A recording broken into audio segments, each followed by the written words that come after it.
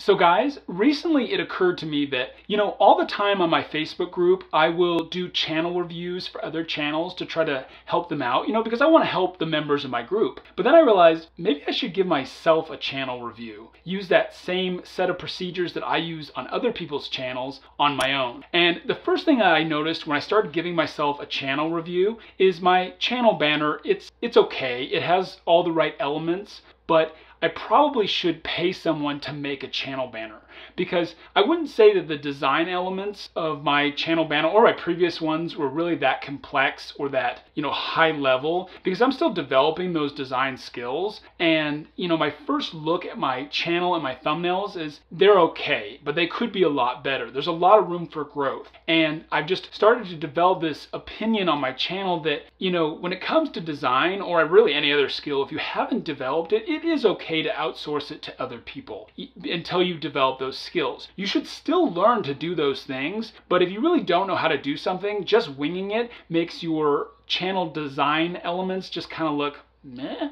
And people are quick to judge a channel. And so if you can make your channel banner and your thumbnails look really good, a lot of people will subscribe simply when they land on a channel. So kind of continuing on with the previous point, one thing I wish I would have done a lot better on my channel was to have consistent thumbnails. When you're new to YouTube, my recommendation would be look at a channel that is in your niche and makes thumbnails that you like. Copy the basic design elements of their thumbnails. Obviously, you'll need to pick your own colors and things like that, and it's going to be you on your thumbnails and not them. If you use the basic design elements and quote unquote make a good thumbnail, then your thumbnails will at least be consistent and decent until your knowledge improves. See, me, I tested too many formats on my channel, and so my thumbnails aren't as consistent, and it's hurt my channel growth, because I'm a huge fan of consistent thumbnails because they make a channel look a lot better. I would just encourage you to develop that template early on so that you don't have the problem I've dealt with where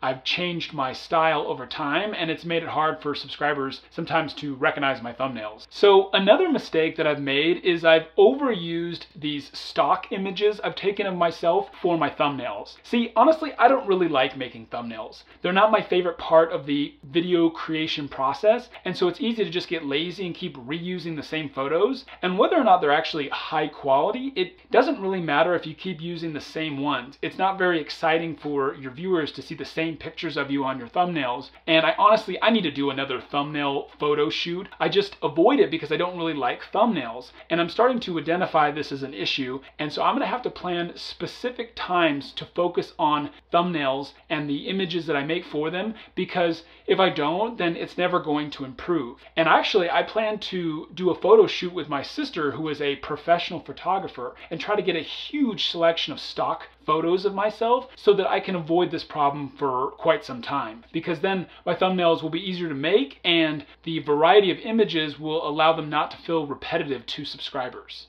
So another thing that I noticed is, honestly, my channel could have used a lot more planning when it came to video topics. It's very easy to just make videos on whatever and to either become repetitive on your channel or to cover things that you really never should have been talking about at that time. Like, I can't believe I've made as many videos as I have on topics about getting results on YouTube when I had only minimally produced results myself. And just here's the thing, if you can plan your content really well, it can make your playlists work out really well on your channel, and it can make the flow of your content a lot more enjoyable to watch. And this is just something that I want to improve on a lot in the future. So I've got another power tip for you. And this is something I mentioned once already on my channel, but I think it's worth saying again. If you can plan your content into playlists before it's even made, then you'll have a better chance of making playlists designed to be a really great viewing experience for viewers. See, I didn't do a great job of this on my channel, but if you plan your content into groups of like 5 to 7 videos, it makes these power playlists they're not too big so people don't want to start them, but they're also big enough to really get you that watch time and those views that you're after. And if you plan that playlist in advance, then the content will have a really good flow, which will make it easier also to create those viewing sessions. As you suggest your next video, people are going to be a lot more likely to watch it because the next video makes a lot of sense, and so it sends people along in your channel in the way that you want them to go. Hey, could you do me a favor and use the like and dislike buttons below this video and kind of let me know if you think I gave myself a fair channel review? And